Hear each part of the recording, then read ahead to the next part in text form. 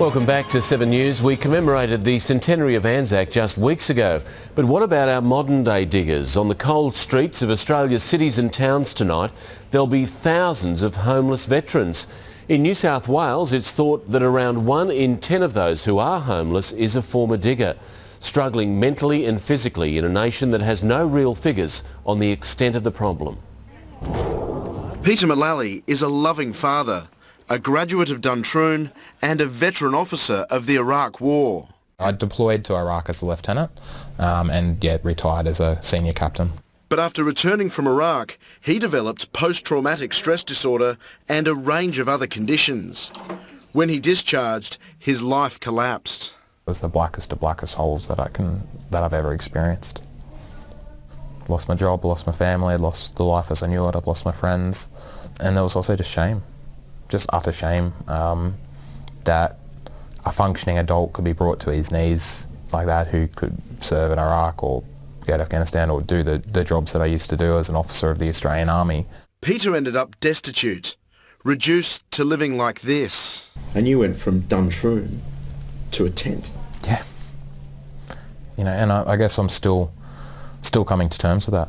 The stories out there are harrowing, and I really wish I could take people around and show them what we deal with here every day, because the Australian public would be absolutely gobsmacked. Jeff Evans was an elite soldier, an Australian commando. His mission now is to battle the growing problem of veteran homelessness. We sent these people to war as a nation, and as a nation we have an obligation to look after them. Jeff's organisation believes there are more than 3,000 veterans living on the streets on any given night.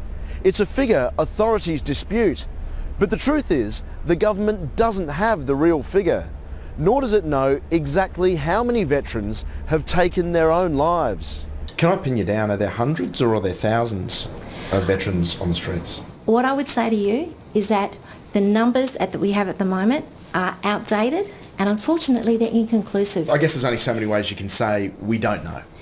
What I would say to you is we're about to do a major initiative that will give us not only insight into what is the homelessness problem, but what happens when you leave that supportive military environment. Last week, the government announced a survey. It aims to finally reveal the scale of the problem. Unfortunately, the system that let down the Vietnam veterans is the same system that's letting down our veterans at the moment. Peter is fortunate. RSL Lifecare took him off the streets and gave him a place to stay. He's now spending time with his daughter and rebuilding his life. I don't know what my future holds. I don't know what type of work I'm going to do. All I've ever known is the army.